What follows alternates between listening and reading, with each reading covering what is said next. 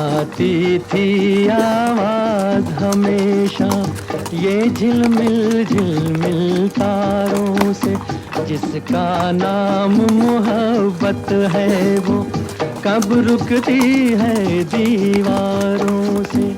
एक दिन आह गुलो बुलबुल की उस पिंजरे से जा टकराई, टूटा पिंजरा छूटा कैदी देता रहा सैयाद दुआ।